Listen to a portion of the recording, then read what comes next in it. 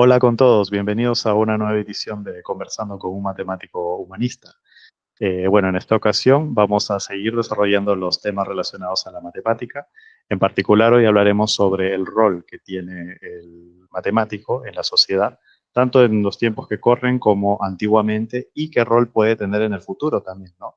Eh, También, obviamente, hablando sobre la relación que tiene la profesión de matemático, cómo se ha venido desarrollando y cómo se relaciona, digamos, con el contexto o la época donde se desarrolla, ¿no?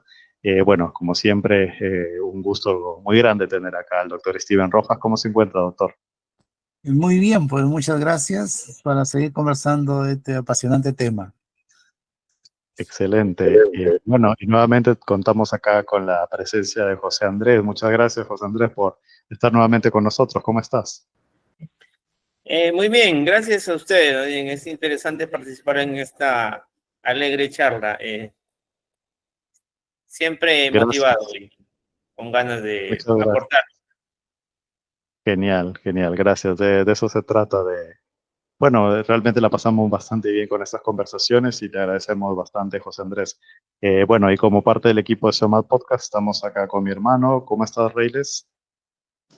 Muy bien, aquí también contento de estar una vez más, gracias a Dios, en estas conversaciones que nos hacen aprender mucho y que también les sirven a formarse a nuestra audiencia. Excelente.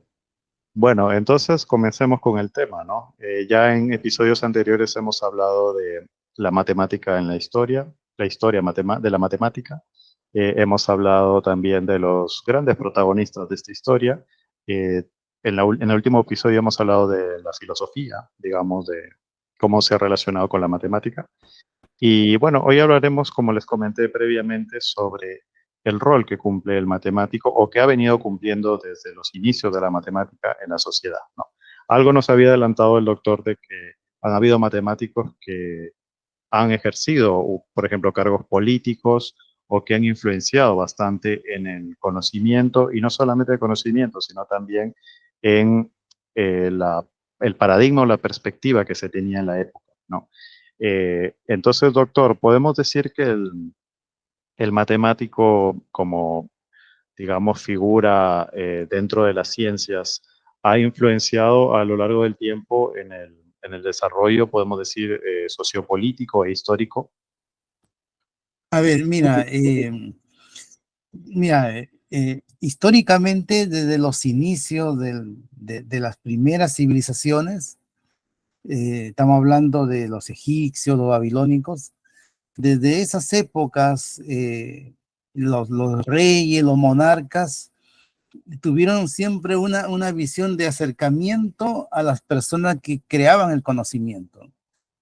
Entonces, y entre ellos pues están los escribas, que eran los antiguos matemáticos, no existía todavía la palabra matemático. Entonces, y de ese momento eran personas cercanas al poder, digamos. Y esa cercanía, no solamente con la matemática, sino también después con todo lo demás científico, la ciencia que se fue generando a través del tiempo, eso ha sido hasta, yo diría, hasta el siglo XIX más o menos, donde esa cercanía a los grupos de poder, a los gobernantes, siempre ha existido, porque estos gobernantes eran personas que querían siempre tener amistad, cercanía, ser asesorados por científicos, ¿no? Y entre ellos también los matemáticos. Así que eso ha sido siempre en la historia, pero ya con la instauración del formalismo matemático ya en el siglo XX, eso se fue perdiendo, ¿no? De tal manera que hoy día un matemático es un ciudadano más, no tiene una importancia así como lo tenía antiguamente, pero bueno, en la mayoría, digamos, de los años del desarrollo de la humanidad, los científicos en general, los poetas, los escritores, todas las personas que generaban conocimiento, estaban en las artes, estaban siempre cercanos a los grupos de poder, ¿no? Entonces, y los matemáticos no ha sido la excepción, pues, ¿no? siempre han estado y han habido matemáticos, claro, que han destacado y han influenciado porque no solamente eran amigos, sino que empezaron a ejercer cargos políticos, ¿no? De tal manera de que ellos también instauraban política de desarrollo, ¿no? Y bueno, eso, como repito, se acabó ya entrando al siglo XX, ¿no?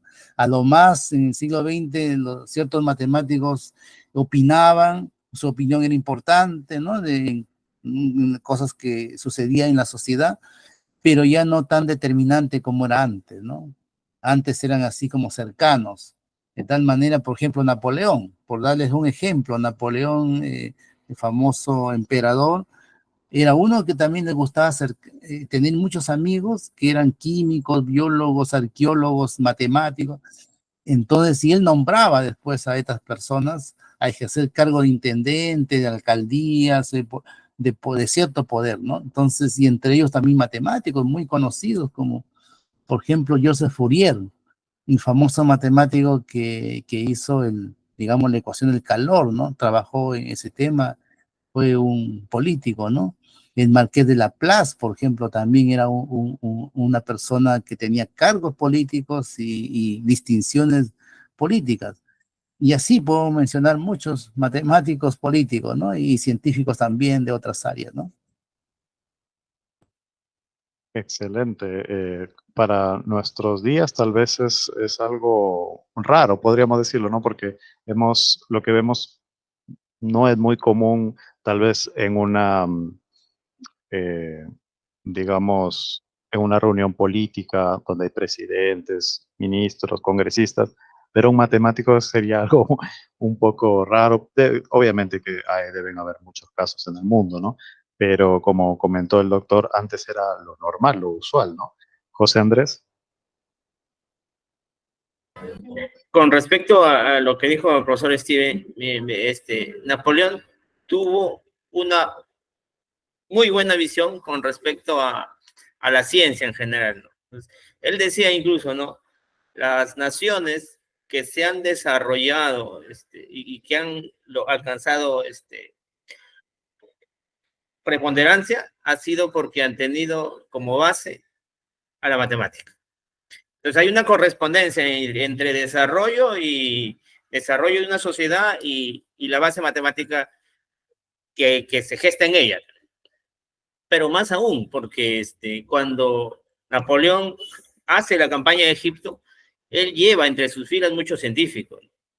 Entonces, por eso también es que mucha de la información que se tiene de Egipto ha sido recuperada y muy bien recuperada justamente por ellos, porque si no hubieran sido realmente hombres cultos, de repente hubieran hecho vandalismo, otra cosa, y no tuviésemos la información que ahora tenemos gracias a esa campaña, ¿no? Napoleón y la ciencia que llevó con ella. Excelente. Sí, es muy interesante justo ese enfoque, ¿no? De buscar y descubrir algo que, en este caso, del antiguo Egipto, ¿no? Recuperar, preservar esa cultura ancestral, esos conocimientos, ¿no? Eh, y de alguna manera también ha sido una suerte de política de Estado en muchas naciones, en, digamos, siglo XIX, siglo XVIII, ¿no?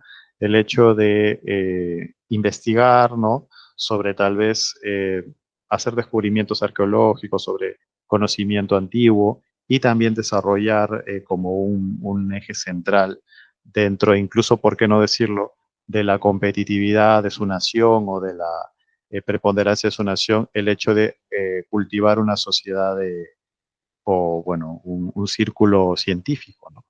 Eh, También me parece que va de la mano con lo que habíamos hablado previamente en episodios anteriores, del elitismo en la educación, ¿no? Que la educación realmente en los últimos años es que se ha masificado. Eh, y claro, anteriormente tal vez la educación era eh, más propio de una clase política o de una clase social muy privilegiada, ¿no?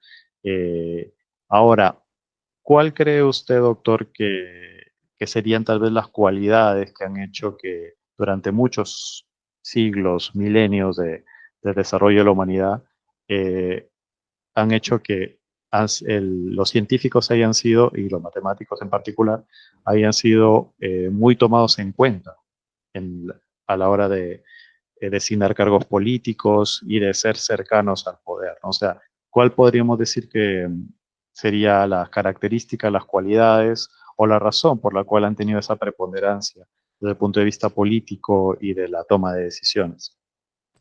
Sí, mira, la verdad que la iniciativa siempre lo han tenido los gobernantes. Eh, en general, o sea, ciertos matemáticos, ciertos científicos tenían esta inclinación también política, pero no es el común de los científicos ni de los matemáticos incursionar en estas labores de tipo político, ¿no? Entonces, en general, el científico o el matemático le ha interesado siempre el conocer, el descubrir cosas, inventar nuevos métodos, resolver problemas. Pero son los gobernantes los que al ver un talento así y al tener a veces problemas dentro de su gestión, y que no tenían la capacidad para solucionar, por ejemplo, una infraestructura, no sé, el desarrollo dentro de una ciudad, planificar el desarrollo de una ciudad. Entonces veían a un matemático que si era capaz de hacer cosas bien ingeniosas, entonces lo llamaban para que él planteara el problema y él trate de solucionar, y ahí él colaboraba, ¿no? De esa manera empezaba a colaborar. Entonces, con ideas, con propuestas, pero han habido ciertos matemáticos que sí han tenido una vinculación ya cercana, como decir, ya política, ¿no? Mencionaba, por ejemplo, a Laplace, ¿no? A Fourier, ¿no? Para mostrar algunos nombres nomás. Después han habido muchos más. Monge, por ejemplo, Gaspar Monge era otro. Y varios de ellos que no era necesario llamarlos para resolver un problema. Simplemente eran personas que debatían ideas políticas y se abanderaban con alguna idea política. Entonces tenían esa doble función, ¿no? De hacer su trabajo científico, pero a la vez opinar y tener una presencia, digamos, en la política contingente, ¿no? Y aún más, te diré de que algunos, mira, un matemático es un ser humano, y un ser humano podrá ser muy inteligente, tener muchas cualidades para hacer, digamos, desarrollos matemáticos, pero también tiene ciertas debilidades, ¿no? O sea, por ejemplo, hay un ejemplo que siempre se dice en la historia sobre el Marqués de Laplace. En el Marqués de Laplace era una persona que estaba, como se dice, donde se arrimaba a un buen árbol siempre. Estábamos en épocas donde había dos ideas políticas que pugnaban y luchaban, que era la idea republicana y la idea de la monarquía. Entonces, en ese debate de quién ser republicano y quién ser un monárquico, entonces el Marqués de Laplace, en la medida que él le convenía, ¿no es cierto? Era, por ejemplo, republicano y recibía los cargos y los honores, y después cuando regresaba a la monarquía, entonces se volvía al lado del rey y también recibía los honores. Así que tenía esa cualidad, o sea, era un político, digamos, con pocos principios, digamos, ¿no? Y así varios de ellos, ¿no? Porque son seres humanos, ¿no? Eh, pero en general, como digo, el matemático no le interesa, o si le interesa es de manera, digamos, como cualquier ciudadano, pero no para ejercer un cargo, ¿no? Porque eso le quita todo el tiempo a lo que a él le interesa, que es desarrollar matemática, ¿no? Entonces, pero eran gente muy importante. Miren los valores que había en esas épocas en cuanto a los científicos, ¿no? ¿No? De ser gente muy, muy influyente, muy importante, ¿no? A diferencia de hoy día, ¿no? Que lo que más referencia se tiene en la juventud, en la gente, son otros personajes, ¿no? Llámese los futbolistas, llámese los cantantes, no sé, pues, personas que influyen, ¿no? Los llamados influencers, pero científicos no. Imagínense, o sea, cómo ha cambiado la perspectiva de la humanidad. Hoy día, yo le apuesto que si llega a Lima el que, no sé, pues demostró la conjetura de Poincaré, va a pasar como cualquier persona que llega por ahí y ni siquiera lo van a conocer, nada, pues no, salvo que sea un matemático que esté por ahí que lo reconozca, ¿no? En cambio, en estas épocas pasadas, pues imagínense que llegue Newton. Newton fue parlamentario, ¿no? Newton también incursionó en la política, ¿no? Y en el Perú tuvimos a Federico Villarreal, pues también parlamentario, ¿no? Eh, entonces eran gente que tenía fama, tenía, digamos, prestigio, pero hoy día ya no es así. Hoy día ya los matemáticos pueden estar libremente por todos sitios y nadie los toma en cuenta, ¿no? ¿No? En cambio, imagínense, llega un cantante, un futbolista, todo el mundo está ahí pidiendo autógrafos y todo lo demás, ¿no? En cambio, digamos, antiguamente no. Era muy valorado los hombres y mujeres que se dedicaban a la ciencia, ¿no? En particular la matemática. Reyles. Sí, en épocas anteriores se entendía más o menos que la política es una actividad que un poco le corresponde a los intelectuales, ¿no? A los que tienen una visión del futuro. Era así incluso desde la época de la cristiandad, ¿no? A la dimensión intelectual del ser humano se le asignaba la tarea política. Pero después esto se fue perdiendo hasta el día de hoy, en que hoy ya, digamos, estamos en una sociedad un poco más materialista y es ya más bien la clase económica la que tiene poder sobre la clase política. Y entonces los políticos que tenemos hoy en día están prácticamente al servicio del poder del dinero, y a veces también el poder del dinero usa a los famosos influencers, a los cantantes, a los artistas para influir en las masas, ¿no? Pero esto es algo que podríamos rescatar. Hoy en día también tendemos a mirar todo lo anterior, lo antiguo como obsoleto, como pasado, y como tendemos a creer que somos la mejor época en la que se ha vivido y donde lo sabemos todo en comparación a los anteriores, a las generaciones anteriores. Pero podríamos rescatar esto, que esta idea de que la tarea política hay que encomendársela más bien a los intelectuales de nuestra sociedad. José Andrés. Sí, esto de lo que decía Reyles, ¿no? Es desde muy atrás, desde Platón, por ejemplo. Cuando Platón decía, vamos a formar al ciudadano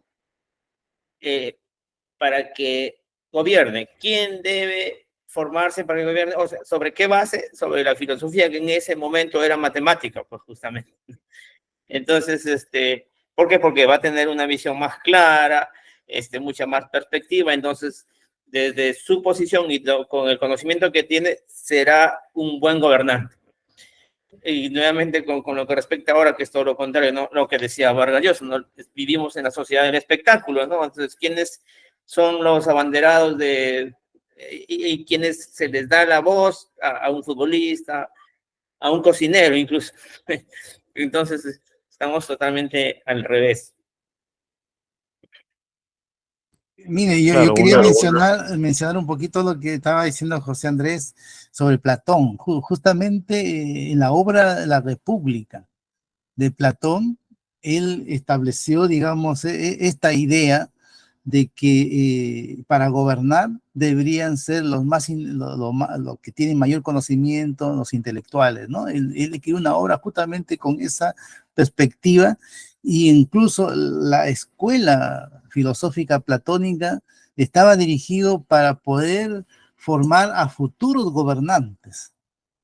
Entonces, para que el gobernante tenga pensamiento filosófico, y eso marcó bastante, porque no solamente quedó en Platón, sino que Aristóteles también en su escuela lo mismo, ¿no? Lo mismo, también pensaba exactamente lo mismo, y bueno, eso caló por muchos siglos, hasta que ya se ha perdido, pero se pensaba de que los que gobernaban, los que deberían gobernar, eran la gente más preparada, los intelectuales, los filósofos en general. Esa era su idea de él, ¿no?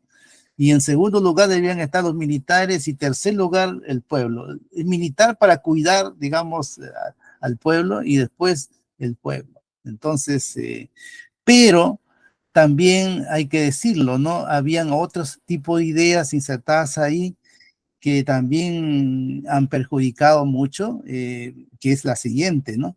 La idea de que este conocimiento, ¿no? Filosófico debería ser para hombres, para varones, no para las mujeres, ¿no? Fue Aristóteles justamente que hizo una discriminación brutal contra las mujeres.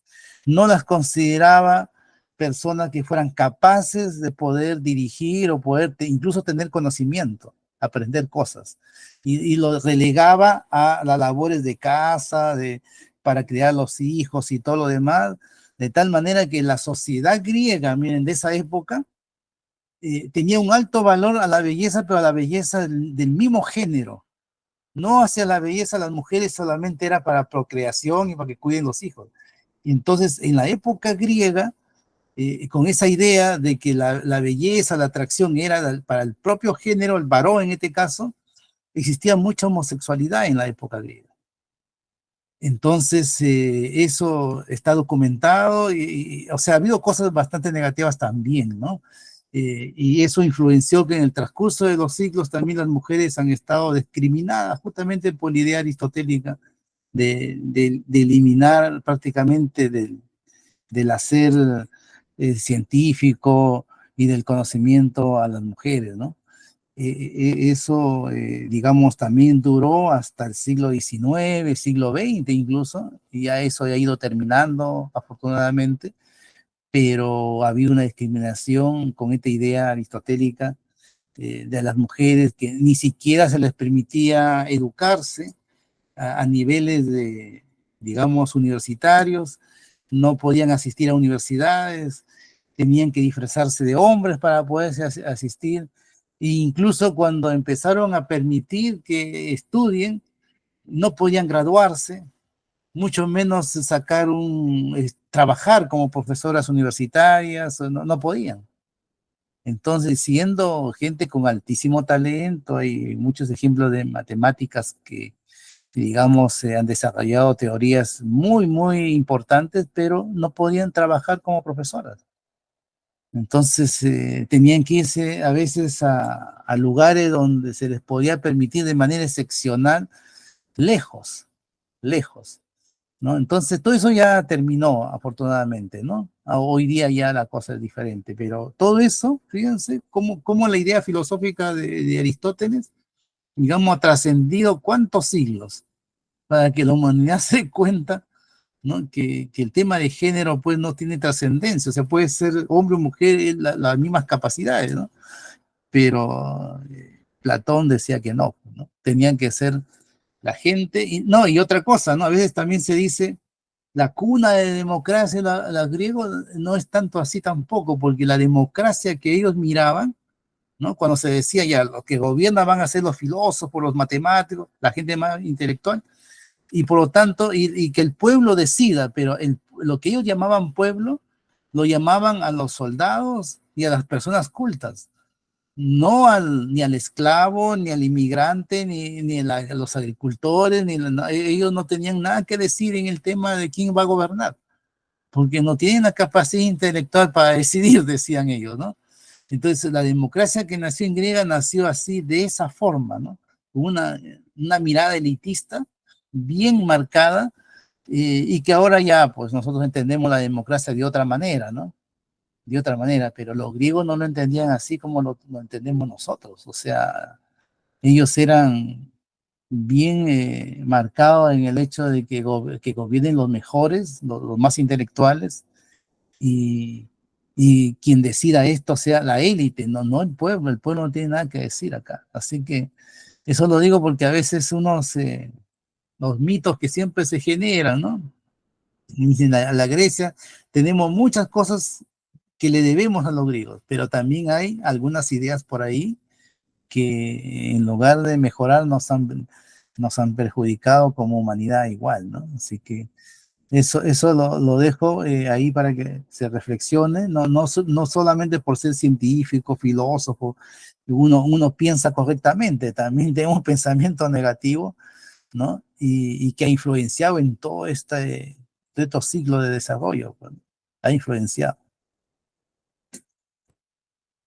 Sí, no idealicemos ninguna época, ¿no? Por ejemplo, hablábamos de la importancia que tenía para Napoleón o para el siglo XVIII, XIX, de los científicos, pero recordemos que también esas eran épocas de colonialismo, de mucho racismo y demás, ¿no? Entonces, no estamos idealizando, sino que estamos señalando algunos puntos interesantes de cada época. Reyles.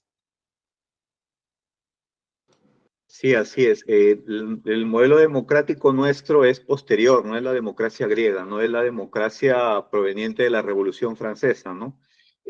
Acerca de lo que comentaba, acerca de que la función política correspondía a una clase racional, me estaba refiriendo sí también a los conceptos previos de la cultura clásica griega, pero era la visión también de la cristiandad, ¿no? La visión en la cual el ser humano tenía, como ya lo he dicho anteriormente, 4 dimensiones: una dimensión de cosa, luego una dimensión animal, una dimensión racional y arriba de todo una dimensión sobrenatural. Y entonces, conforme a eso, se asignaban las funciones, ¿no? A la dimensión sobrenatural del ser humano le correspondía la función sacerdotal o teológica, y a la función racional del ser humano le correspondía la función aristocrática o política, cuya tarea era dirigir la convivencia humana hacia el bien común, ¿no? Esa era la visión. Y de hecho, la clase aristocrática era preparada desde niña para, culturalmente, intelectualmente, para dirigir y la convivencia humana hacia el bien común. Luego ya a nivel moral, pues se pueden ver muchas cosas, ¿no? Es decir, el hecho de que una persona sea culta no quiere decir que sea moralmente buena, eso ya es otro tema, ¿no? Y bueno, la función, y tenemos también los seres humanos una dimensión animal a la cual le corresponde la función económico-burguesa, que eran quienes dirigían la distribución de la riqueza, y luego a la función de cosa, a la dimensión de cosa, la función económico-proletaria. Entonces, en la Revolución Francesa hay un choque de estas dos visiones del ser humano y de la sociedad, de la cristiandad y de la modernidad, y entonces esto se ve reflejado pues en el conflicto que hubo, ¿no? Y la clase económico-burguesa, la clase del dinero, toma preponderancia sobre la aristocracia y sobre la clase sacerdotal, dando origen, eso ha dado origen a un vicio que tenemos actualmente, que es que prácticamente la clase del dinero, digamos, se ha vuelto autoridad no solo económica, sino también en términos políticos y también en términos morales, ¿no? Me refiero a que hoy día ya casi no vemos o vemos muy pocos intelectuales en nuestras clases políticas, ¿no? Entonces, es, digamos, un producto quizá involuntario de la Revolución Francesa, ¿no? De hecho, durante la Revolución Francesa ocurrió que la clase del dinero le tomó el poder del ejército al rey y prácticamente lo dejó sin, digamos, posibilidad de maniobra, ¿no? Y la clase burguesa también que dirigió la Revolución Francesa pidió, digamos, poder tener derecho de voto, ¿no? En la asamblea, porque, digamos, el pueblo era consultado, pero, digamos, quienes decidían era solamente la clase sacerdotal y la clase aristocrática, ¿no? Pero, digamos, yo lo puntualizaba porque quizá debemos también, digamos, intentar que también la clase intelectual, la clase con cierto conocimiento, tenga también un cierto protagonismo dentro de nuestra clase política, porque creo que es lo que está haciendo falta, ¿no? A día de hoy. Claro, es como que se ha invertido la situación, ¿no? Antes era muy común, antes me refiero en esas épocas, era muy común tener intelectuales, era como que lo normal, ¿no? La sociedad lo veía como que, por supuesto, son los intelectuales, son los más preparados, los más educados, los que tendrían las mayores capacidades para administrar los recursos, para tomar decisiones, e incluso a nivel geopolítico, ¿no? Para generar una ventaja hacia nuestra nación y demás, ¿no? Pero ahora más bien es como lo raro, ¿no? Ver a un intelectual, ver a, bueno, a un presidente o ver a un ministro destacando por ser un gran científico, un gran investigador, más bien resulta raro, por decirlo así, ¿no? Y también saco a colación el tema del pensamiento renacentista, ¿no? Cuando surge una suerte de, por ejemplo, Maquiavelo, ¿no? Una suerte de pensar la política de otra manera, ¿no? Tal vez no como un rol sobrenatural, digamos, una preponderancia del saber científico y saber, sino que tal vez una suerte de juego político, ¿no? De cómo permanecer en el poder, ¿no? Cómo hacerse con el poder en primera instancia, ¿no? Y demás. Eh, Ahora, es cierto también que la, digamos, clase económica, como bien señala Reyes, has tenido cada vez, desde la Revolución Francesa, cada vez más preponderancia hasta el día de hoy, donde es prácticamente una clase dominante, ¿no? Eh, pero han habido ciertos momentos, me parece que, ya volviendo al tema de la matemática, donde se ha puesto un rol bastante importante en el tema de formar matemáticos, ¿no? Por ejemplo, se me viene a la mente una anécdota que me contaron en la época de la Guerra Fría, ¿no? Que ustedes que me comentarán si me corroboran si es cierta o no, ¿no? De que se daba bastante becas para matemáticos a Rusia en esa época, ¿no? E incluso muchos libros de economía de la Unión Soviética tenían bastante componente matemático, ¿no? Por el tema de la planificación de la economía, ¿no? Hacer modelos de programación lineal para la distribución de los recursos y la delimitación de los precios, ¿no? Entonces, e incluso como una suerte de ventaja militar en esos momentos donde justamente había esta competencia entre dos ejes principales, ¿no? Entonces, ¿qué tanta preponderancia también ha tenido el desarrollo matemático en esa suerte de buscar una ventaja como nación frente a otras naciones? Doctor, ¿qué nos comentaría sobre eso? Sí, mira, como ya se dijo acá, digamos, el desarrollo de las naciones tiene una vinculación con el desarrollo científico de la nación. Y la matemática como eje central, porque la matemática, como todos sabemos, permea en todo el conocimiento de la ciencia. Siempre la matemática está, digamos, como a 100 pasos más adelante que el desarrollo científico. Entonces, por eso que muchos países invierten mucho en este tipo de conocimiento que por el momento no tiene la utilidad que se espera, pero sí el conocimiento que van generando, digamos, en el pasado, se van encontrando desarrollos, usos tecnológicos y bueno, el gran poder que da tener el conocimiento hoy día, ¿no? Y por eso se invierte. Eso es algo que nosotros tenemos que ir aprendiendo en Latinoamérica, ¿no? Tenemos un pensamiento un poco utilitarista e inmediatista, ¿no? Queremos inmediatamente que la matemática, por ejemplo, resuelva los problemas que tenemos hoy día en la sociedad, cuando la matemática está en otra parada, o sea, la matemática está tan avanzada en este momento y que no hay utilidad en ese conocimiento en este instante. Entonces, es para futuro, para largo plazo. Entonces, en ese sentido, los países más desarrollados es la que tienen el nivel, no solamente de la ciencia en general, sino el nivel matemático más alto están ahí, están en esos países.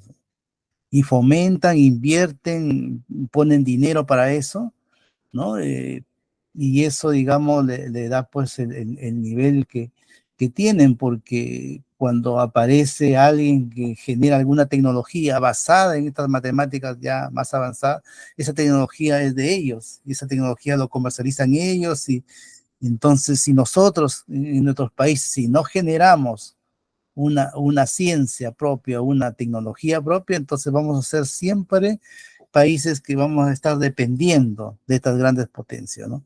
Entonces, en ese sentido, digamos, yo siempre le digo a las personas, invertamos en matemática.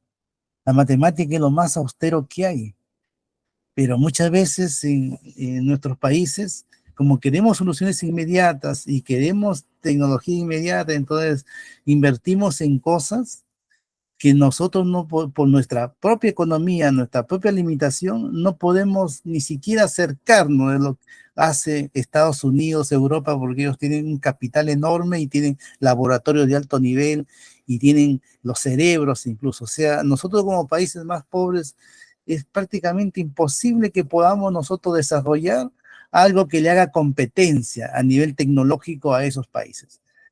Sin embargo, si apostaran por la matemática o la física teórica, donde no necesitamos laboratorio, no necesitamos grandes inversiones, solamente pagarle un buen sueldo a un matemático, entonces generaríamos un conocimiento propio que después van a tener que, digamos, los países más desarrollados tenerlo, comprarlo, no sé, o por lo menos utilizarlo y que venga de los países latinoamericanos, ¿no?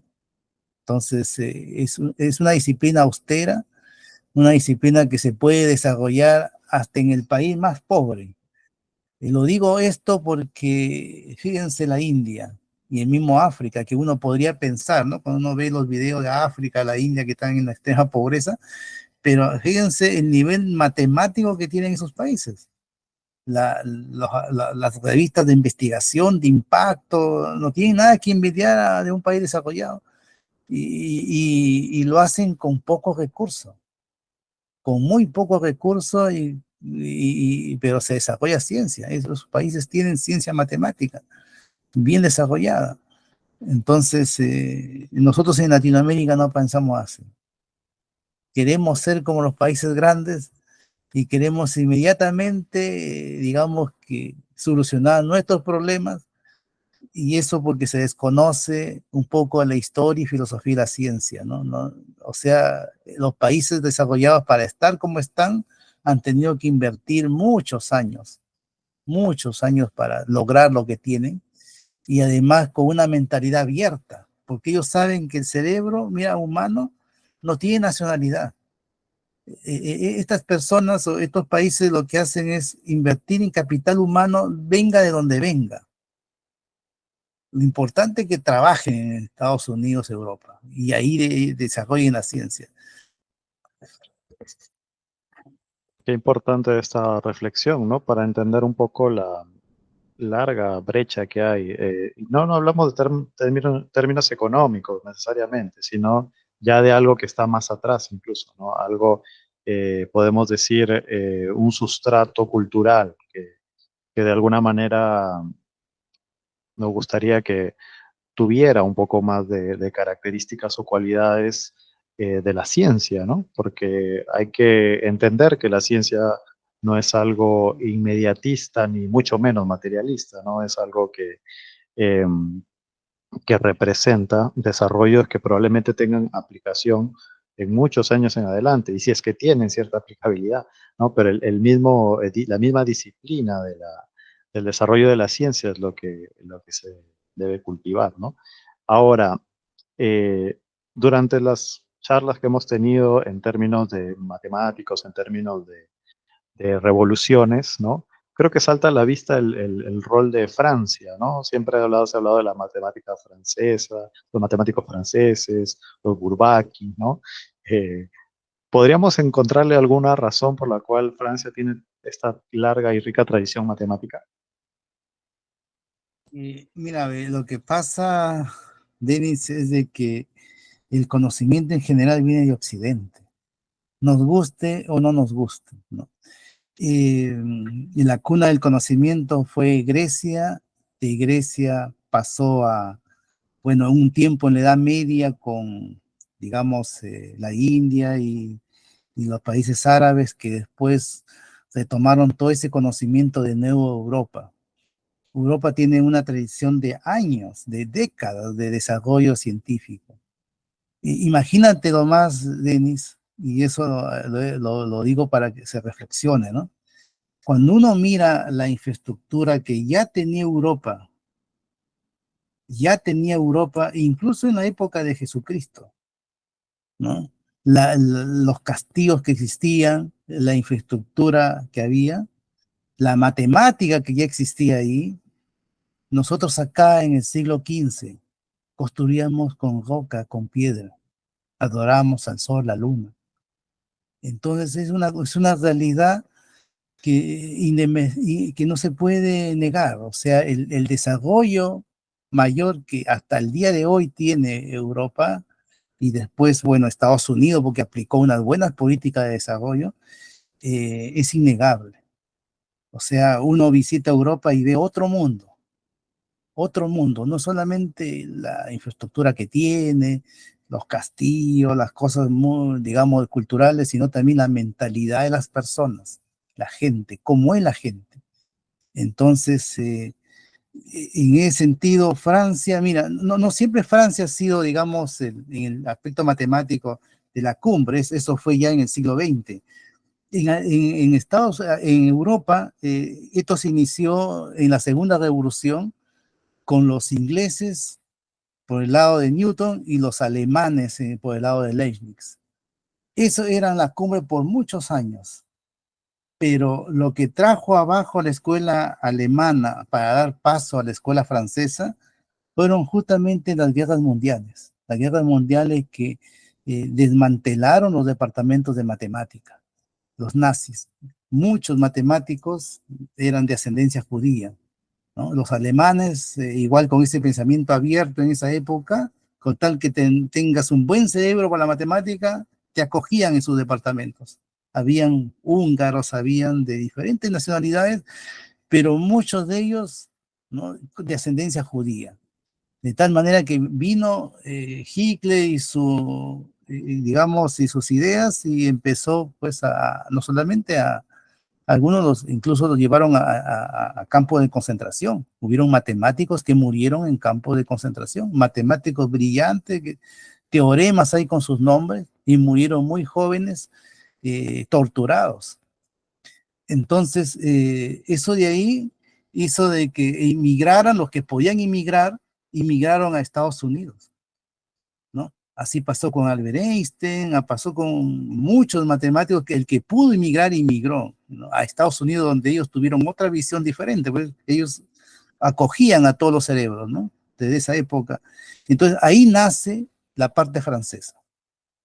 Cuando ya está desmantelado Francia, nace por la misma cercanía que tenían con Alemania, nace que los franceses en ese momento se generó una pequeña grupo de matemáticos que, no sé, por alguna razón tuvieron un talento sobresaliente con respecto al resto de matemáticos que estaban en Europa, ¿no? Eso lo llamamos Bourbaki, ¿no?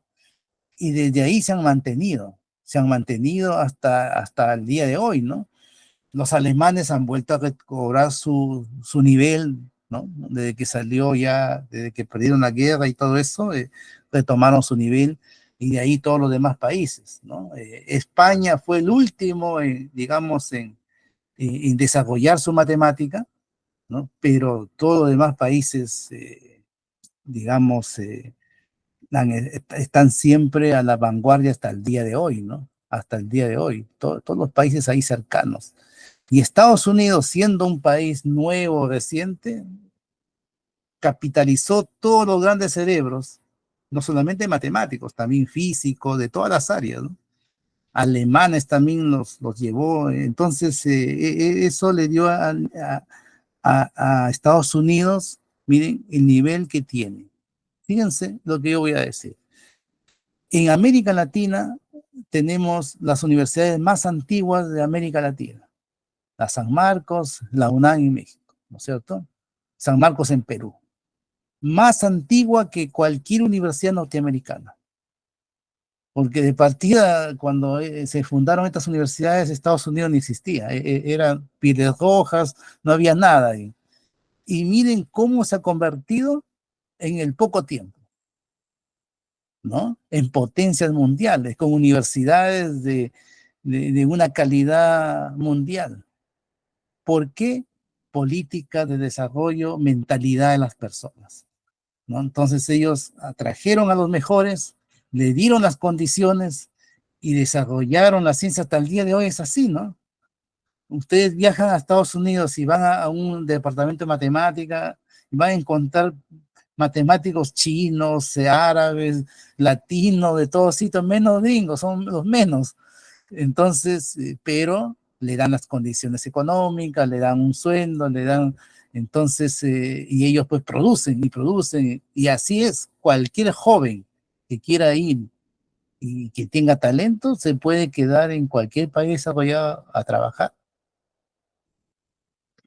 Sí, justamente volviendo al tema del rol del matemático en la sociedad, qué importante es la cultura, ¿no? Donde se desarrolla el matemático para representar a los ojos de la sociedad e incluso de los gobernadores y políticos, ver la importancia que tiene el hecho de cultivar estos profesionales, estos científicos, ¿no? Creo que no es un misterio para nadie que las grandes potencias mundiales son a la vez grandes potencias científicas, ¿no? O sea, la relación es más que clara. Y bueno, yendo al lado más de Asia, se me vino a la mente justo el tema de Japón. ¿Por qué comento esto? Por lo siguiente, ¿no? Como dijo el doctor Steven, más que los recursos económicos o una, digamos, cultura milenaria, ancestral, etcétera, lo que termina prevaleciendo es la cultura que uno lleva, ¿no? Independientemente del lugar de origen. Por ejemplo, los británicos establecieron colonias en América, en Oceanía, en África, ¿no? Y cuando establecieron sus instituciones, resulta que años después ahora son potencias mundiales, ¿no? Por ejemplo, Canadá, Estados Unidos, Australia, ¿no? Nueva Zelanda, etcétera. Entonces nos ponemos a pensar de que realmente lo importante tal vez es lo que llevan en sus cabezas más que lo que llevan en sus manos, ¿no? La cultura, las instituciones y demás, ¿no? Y siempre cuando se nos habla de ese tema, se nos habla del caso de Japón, ¿no? De que por qué siendo tal vez un país que aunque que no tiene muchos recursos prácticamente, no, al menos no los que tiene muchos países de Sudamérica, eh, han podido desarrollarse justamente asimilando esta cultura occidental, ¿no? Que bien comentaba el doctor Steven, que al fin y al cabo es la que ha sido desde siempre pionera en todos los desarrollos, ¿no? Entonces, en ese sentido, el caso de Japón, que podemos decir que es una cultura distinta en términos de que proviene, no sé, de una base cultural oriental, asiática y demás, ¿hasta qué punto la asimilación de esta cultura occidental ha representado pues que también sea una potencia mundial y, corríjame si me equivoco, también una potencia en términos de matemática, ¿no? Y claro, justamente los asiáticos en general tienen una cosa adicional que yo creo que les ha dado el desarrollo que tienen en todas las áreas, ¿ah? Que es su disciplina de trabajo. Son sumamente disciplinados. Entonces, esa cultura les ha dado mucho valor, y además que muchos de estos japoneses también se han formado en Europa y en Estados Unidos para después regresar a hacer escuela en Japón. Entonces, la manera, digamos, de empezar a generar un desarrollo en un país, en una región, no es tratar de inventar la pólvora en el lugar donde uno está. Lo digo esto porque en Perú piensan así, ¿no? Sino que hay que ser realistas y ver dónde están las potencias, dónde están los maestros, digamos, que uno puede aprender. Y los japoneses, claro, Estados Unidos, Europa, ahí se fueron. Ahí sacaron sus doctorados y todo y regresaron a hacer una escuela. Igual pasó con los brasileños, por ejemplo, igual. Fueron a esos países. Alemania, Francia, Estados Unidos, Inglaterra, o sea, a esos lugares. Y nosotros tenemos que debiéramos haber hecho eso hace mucho tiempo, y no tratar pues de que en el Perú sacamos nuestros doctorados y todo, cosas que no tienen ni un valor académico, pero en la ciencia es universal, y si uno no piensa así, se está engañando, no está progresando. Japón tuvo esa virtud, y si uno le añade a esto un poco de alta disciplina de trabajo, ¿no? De los japoneses, entonces tienen el país que tienen, ¿no? Con alta tecnología. Hacen un trabajo serio, independiente de su cultura, no tiene nada que ver eso. Entonces, es muy distinto. En cambio, nosotros los latinos queremos el facilismo. Queremos rápido todo, ¿no es cierto? Con poco esfuerzo queremos ya ganar harto, ser potencia con poco esfuerzo, y eso no es posible, pues, ¿no? Hay que trabajar duro y buscar los talentos, vengan de donde vengan. Así se desarrolla la ciencia. Qué importante es lo que comentó de ser humildes y saber pues que el máximo desarrollo está en tal lugar y hay que aprender de tal lugar. Incluso se habla del japonés que copia y mejora, ¿no? Copia, que tienen esa cualidad de hacer, por decirlo así, ingeniería inversa de lo que encuentran, y asimilarlo y mejorarlo. No es pero un misterio para nadie que Japón en tecnología pues es un referente, ¿no? Incluso había escuchado una noticia hace algunos años de que en promedio el ingreso, la profesión con el ingreso más remunerado en Japón es profesor universitario, justamente, ¿no? Entonces ahí se ve justamente el rol que cumple, ¿no? El educador, no solamente el científico, sino también el educador, ¿no? Dentro de esa sociedad. Y entiendo también pues la cultura detrás, ¿no? La cultura del maestro, ¿no? De que hay que educarse con los mejores, con los maestros, ¿no? Que tanto vemos en las películas o en la tradición oriental, ¿no? Del maestro que educa al pequeño, al pequeño saltamontes, ¿no? El sensei, ¿no? Bueno, y China también, ¿no? Que el último desarrollo económico impresionante de China también ha ido de la mano con el desarrollo científico, ¿no? Creo que las revistas académicas de China han empezado a crecer desde ya hace muchos años bastante, ¿no? Incluso compitiendo con revistas de otras potencias científicas, ¿no? Eh, ¿A qué le podríamos atribuir, aparte obviamente de lo que le atribuimos a Japón por su cultura y por su filosofía de aprendizaje, a la gran expansión, no solamente económica, sino también científica de China? Mira, yo creo de que la inteligencia es uniformemente continua en todas partes del mundo. Está presente en todo lugar, ¿no? Y China, claro, tiene una cantidad enorme de habitantes. Por lo tanto, la posibilidad de que haya talentos ahí más masivos es alta por la cantidad de habitantes que tiene. Entonces, la cultura del esfuerzo, la cultura digamos, de la disciplina de trabajo. El chino, por ejemplo, tiene una educación bien exigente, que parte de los mismos padres que le exigen a su hijo o hija ingresar a una universidad, que son sumamente exigentes para, digamos, tener un puesto ahí. Entonces, y aparte de la exigencia académica, también lo ponen, digamos, en clases de música, de piano, o sea, el chico todo el día está trabajando, haciendo cosas, está bien presionado en ese aspecto, y también por eso hay todo suicidio también adolescente en esos países, ¿sabes? Eso también hay que decirlo, que también a veces se exagera, ¿no? Pero lo importante es la disciplina, entonces son gente muy disciplinada, y eso le da los frutos, pues. Independiente si sean chinos, japoneses, ¿no? Cualquier persona disciplinada va a tener éxito, ¿no? Pero, necesitamos generar esa cultura dentro del país, esa cultura, así como lo tienen los asiáticos. Los asiáticos están en este momento con la educación más con altos índices de aprendizaje, porque tienen alta disciplina de trabajo. Ese es digamos, el secreto de ello, ¿no? Excelente. Y bueno, un poco ya para cerrar, creo que un caso muy curioso, por decirlo menos, es el de India, ¿no? Creo que las personas de India, o al menos se tiene ese referente de que son personas muy buenas en la ciencia, ¿no? En la medicina, en la matemática también, ¿no? Se habla de... y es curioso porque en India todavía persisten muchos problemas sociales, muchos problemas también que tienen que ver con la cultura, ¿no? El tema de las castas y demás, ¿no?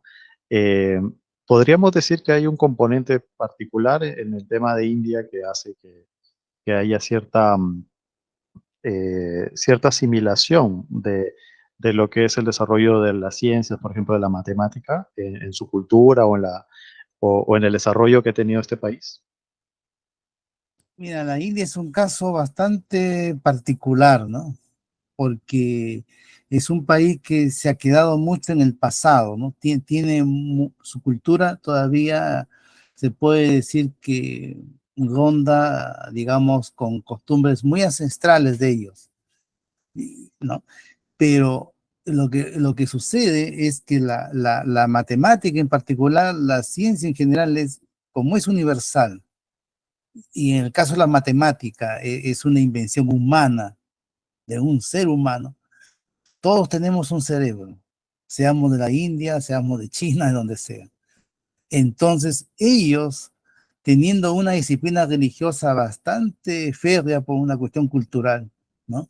No son amantes mucho, digamos, a nuestras costumbres occidentales de tener hartos recursos, de tener una buena casa, de tener un vehículo, de viajar, de poder. No, son una cultura distinta, muy del pasado. Entonces, son muy adaptables a disciplinas como la matemática, porque la matemática no, uno necesita lápiz y papel, no necesita más, y desarrolla sus teoremas.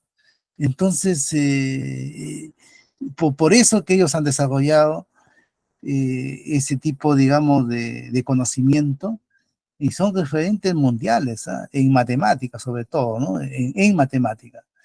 Probablemente no lo sean en tecnología, porque eso ya hemos dicho, no podemos competir con países desarrollados en ese aspecto, pues, ¿no? Ellos tienen laboratorios de alto nivel, nosotros no podríamos financiar nada de eso, pero sí matemática, podemos ser tan buenos como son los europeos.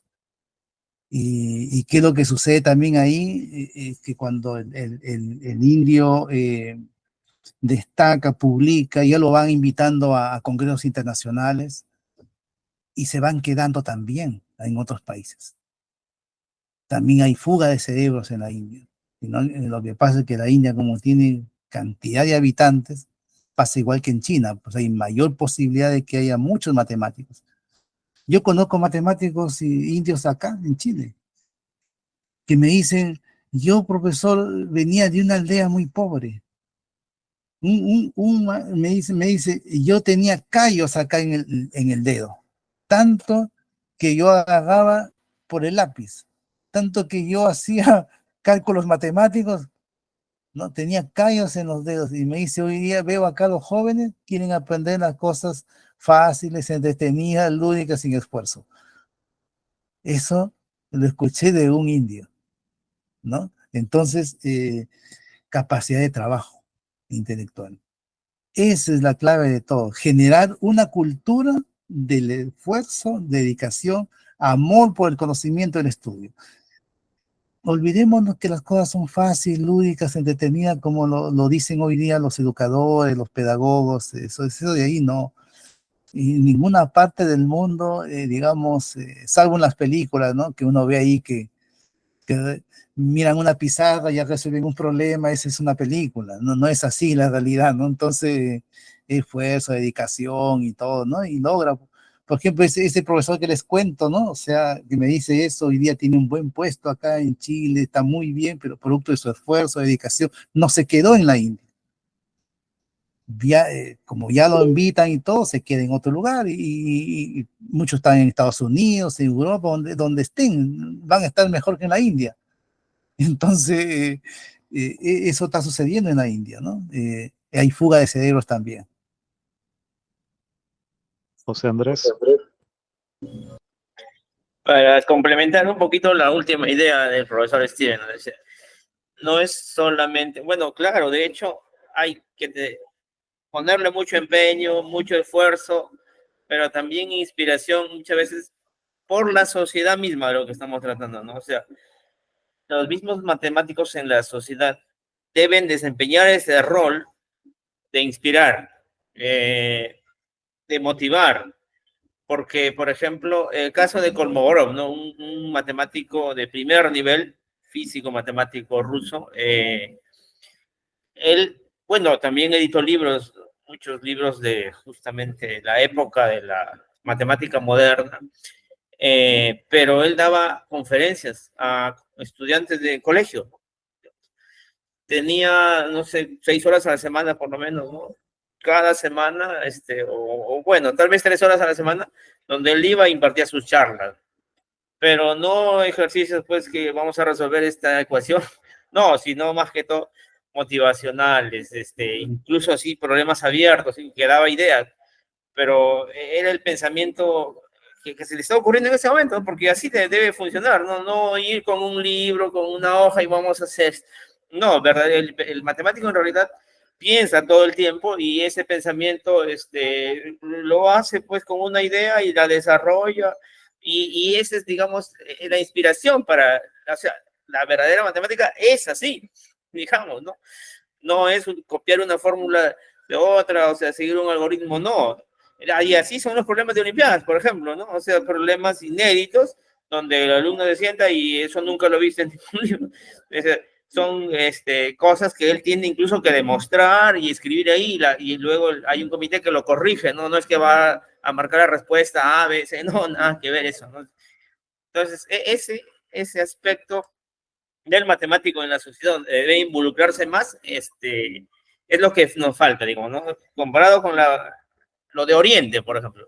Los de Oriente son menos, ¿cómo se puede decir? Menos materiales en general, ¿no?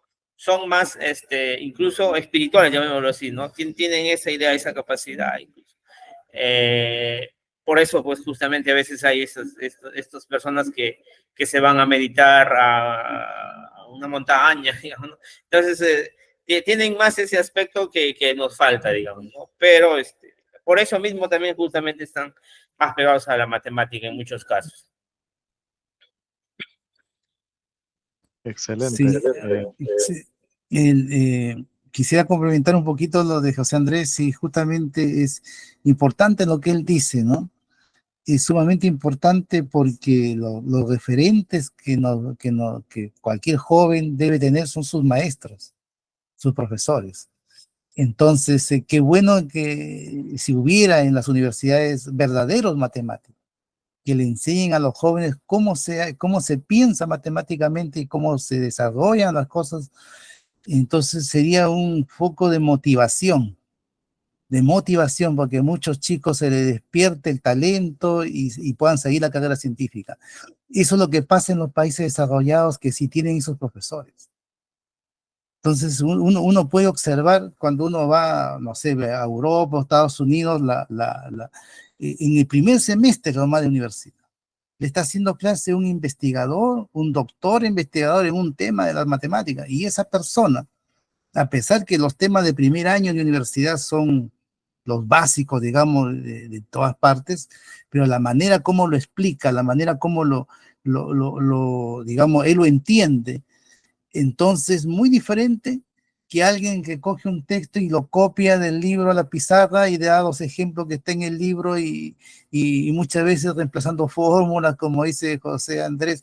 Eso no es matemática, ¿no? Lo que la mayoría de gente piensa que es matemática, que es, no sé, pues seguir un algoritmo, reemplazar una fórmula, eso de ahí hoy día lo hace una máquina que no piensa, lo hace, ¿no? Eso no es matemática. La matemática es un conjunto de ideas que hay que ir desarrollando. Y qué mejor que lo haga alguien que genera ideas matemáticas, que investigue en matemáticas. Entonces, lo va orientando. Lo que hacía Kolmogorov, por ejemplo, en las clases que estaba hablando José Andrés, era eso, ¿no es cierto? Iba a clubes de matemáticas donde estaban los estudiantes y planteaba ideas, y de esas ideas él desarrollaba cosas ahí mismo. Y entonces le estaba diciendo, así se hace la matemática, esto es la matemática.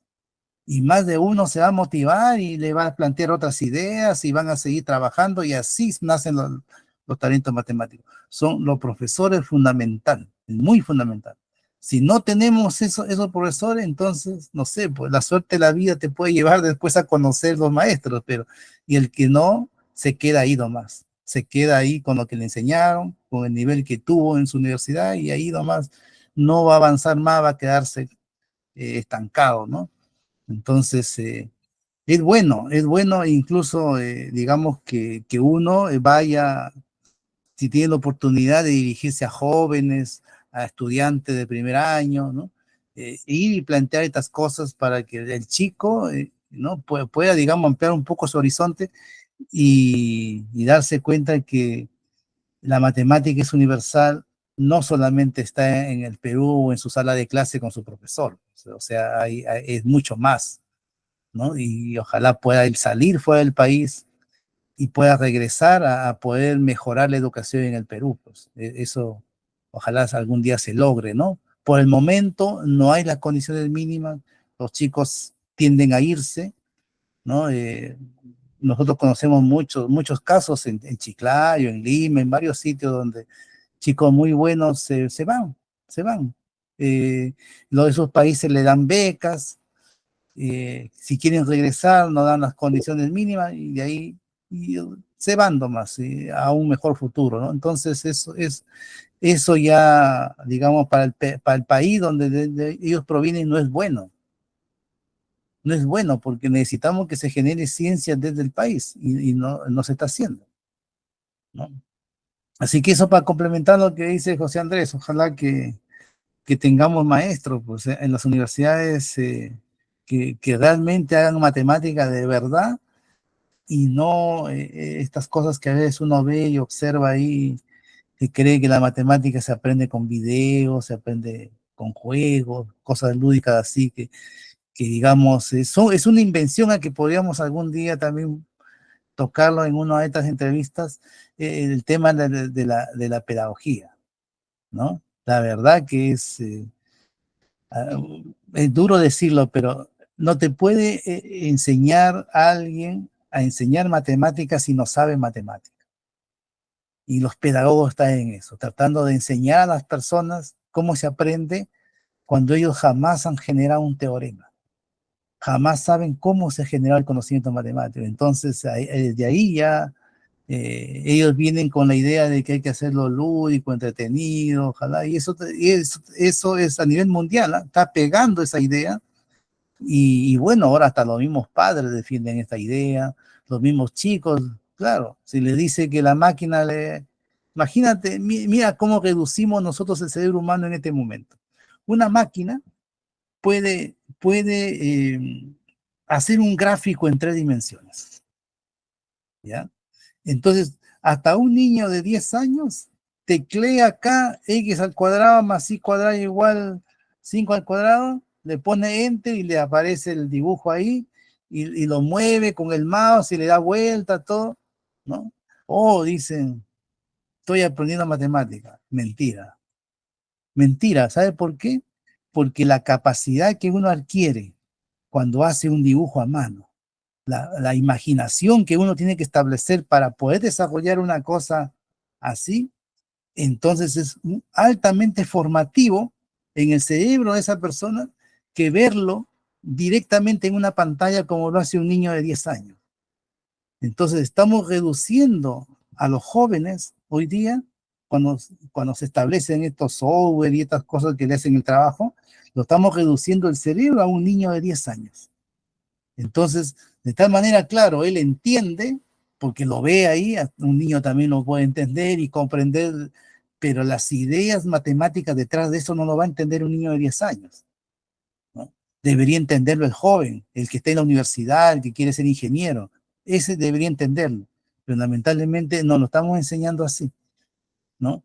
Entonces, lo estamos reduciendo a un cerebro muy básico, muy concreto, con un pensamiento concreto. Así estamos formando hoy día, gracias a los pedagogos que recomiendan este tipo de, digamos, de metodología, ¿no? Bueno. José Andrés. Voy a mencionar una frase de Paul Lofkar, de su ensayo El lamento de un matemático. Él dice así, ¿no? La matemática es un arte y como tal debe ser enseñada por artistas. Nadie que no sienta esa emoción, digamos, de haber conocido la verdad de la matemática para transmitirla, tiene derecho a enseñarla, ¿no? Siempre y cuando sea, por eso le decía artistas, alguien que realmente ha hecho, aunque sea una demostración sencilla, por lo menos una vez en su vida, ¿no? No copiada de un libro. No una demostración complicada, sino algo que justifique que realmente le dé un panorama más claro de esa situación. Realmente, no tener que tener un título, pues no, ni tanto eso. Esos son verdaderamente los verdaderos maestros, ¿no? Sí, y me quedo con la idea también que comentó el doctor, que no se necesita demasiada inversión para desarrollar la matemática, ¿no? Porque, eh, como comentó, es como la ciencia más austera de todas, ¿no? El matemático desarrolla con lápiz y papel, y yo creo que sería la puerta de entrada del pensamiento científico a las universidades de Sudamérica, ¿no? Porque justamente no se cuenta tal vez con demasiados recursos para invertir no sé, ciencia súper tecnológica que requiera demasiada inversión, pero es importante, justamente como dice José Andrés, preservar esas ciencias puras porque son la puerta de entrada al cambio, ¿no? A la forma de pensar distinta, científica, que no se tiene, y que bueno, no sé si se ha perdido, si alguna vez se tuvo, pero que es importante tenerla, ¿no? Para poder realmente dar el salto que tanto necesita, ¿no? Nuestras sociedades, ¿no? Bueno, creo que con esto vamos a terminar este episodio. Realmente hay muchas cosas todavía de las que hablar, pero ya será una siguiente oportunidad. Bueno, daremos las reflexiones finales. Doctor, ¿qué tal la pasó? Bien, pues como siempre, temas interesantes que se puede seguir profundizando, comentando. Así que muchas gracias, más bien, por la invitación. Gracias. Gracias a usted, doctor. José Andrés, ¿qué tal la pasaste? Muy bien, en realidad. Se va rápido el tiempo, ¿no? Cuando uno realmente tiene conversaciones muy sustanciosas. Y bueno, gracias nuevamente por este espacio. Siempre es importante el diálogo, intercambiar puntos de vista y se aprende de todas maneras. Muy contento. Qué bueno, José Andrés. Muchas gracias también a ti por estar con nosotros y bueno, por formar parte de este equipo de entusiastas de este tipo de temas, ¿no? Reyles, ¿qué tal la pasaste? Muy bien, se han hecho reflexiones muy interesantes. A veces se ve talento matemático en zonas muy pobres, como acá en el Perú también, como decía el doctor, se ve en la India, en África se ve talento matemático, pero aquí en el Perú también a veces ves talento matemático y campeones de matemática de zonas muy pobres también, ¿no? Entonces no se necesita mucho, como dice el doctor, hay que apoyar el talento que podamos encontrar y partir de la investigación matemática. No tendremos grandes laboratorios para otras ciencias, pero se puede partir de la investigación matemática. Y bueno, también la sociedad también podría contribuir, ¿no? Digamos, de manera también abandonando un poco esta perspectiva materialista, donde todo se quiere de manera inmediata, ¿no? Quizá reforzar un poco nuestra espiritualidad también, ¿no? Como hacen los orientales, no será la misma espiritualidad. Nosotros tenemos una tradición que va, digamos, por la espiritualidad cristiana.